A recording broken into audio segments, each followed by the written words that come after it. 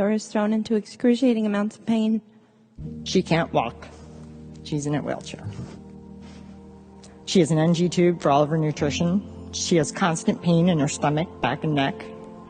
She can't feel her legs, and that's just the tip of the iceberg.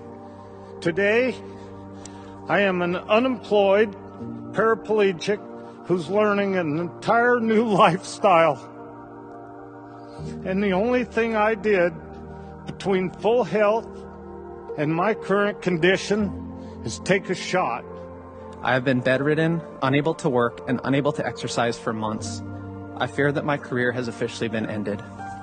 I don't know if I'll ever be able to fly an airplane again. This vaccine has taken my career from me and the future I have worked so hard to build. My career of 19 years, that I took almost 14 years to train for, is likely over. They did everything in their power to hide everything that happened to her. And that is why this is happening to all these other people and kids. They murdered my son. And the other people that are suffering, these kids, with all these side effects, that's child abuse right there. I mean, why isn't something being done? Assuming the FDA and the CDC would be alarmed at my diagnosis, I expected to be contacted soon after my VAERS submission. No phone call, no contact. In fact, weeks passed. I then contacted the CDC myself. They acknowledged my VAERS submission, but stated my reaction was categorized as not serious, as I had not been hospitalized and I hadn't died. One word describes how I felt in the first few months after my diagnosis: abandoned. We did video conferences with Peter Marks and Janet Woodcock, constant emails with Janet Woodcock and myself directly. We have literally asked and we have begged repeatedly for them to acknowledge these reactions. They declined. This experience has shattered my life. Like all of you, I know where you are. The 24/7 tinnitus has robbed me of every moment of silence and peace.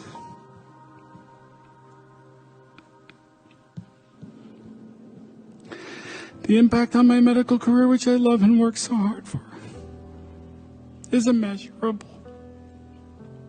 I deserve to be heard and treated with compassion, but instead I have been called a liar and a fake, and I have even been told by the ER doctors that this is all in my head and that there is nothing medically wrong with me. Among the folks that have contacted our firm are many physicians from across the country who themselves have suffered vaccine injuries.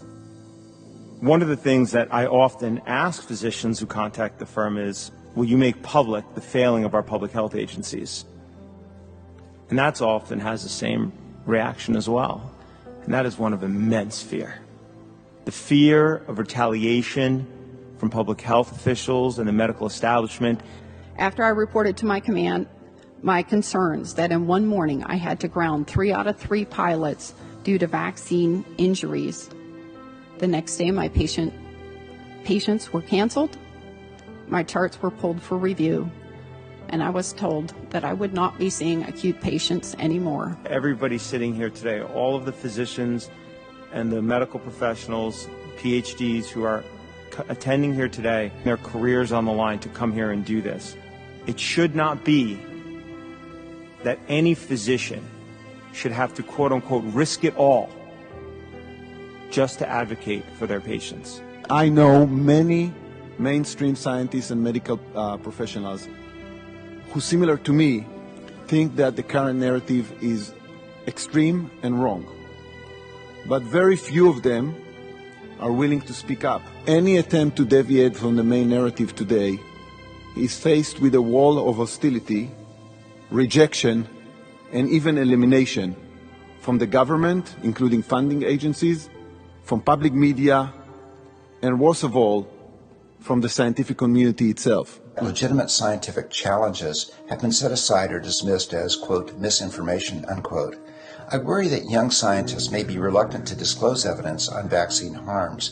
Being labeled as an anti-vaxxer could be a career ender.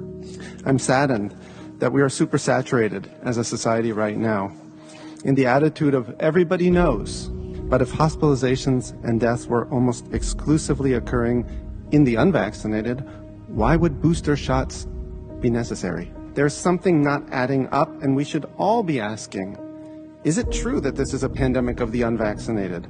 People should not be coerced or bribed to choose between their freedom to bodily autonomy or their livelihood and being injected.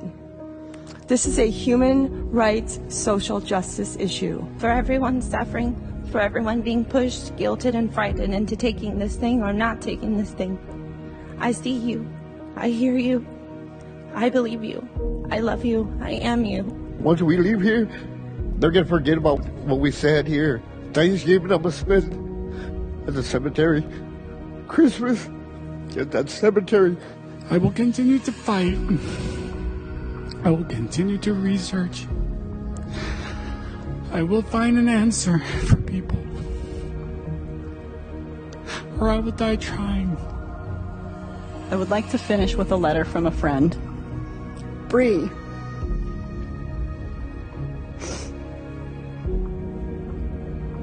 I cannot take this any longer. This has taken everything away from me. My career, my family, my life. My body will not stop attacking itself. And this is beyond the worst amount of torture. They have further erased my very existence. Please accept my apologies. I must bid farewell to this world. Please tell our stories.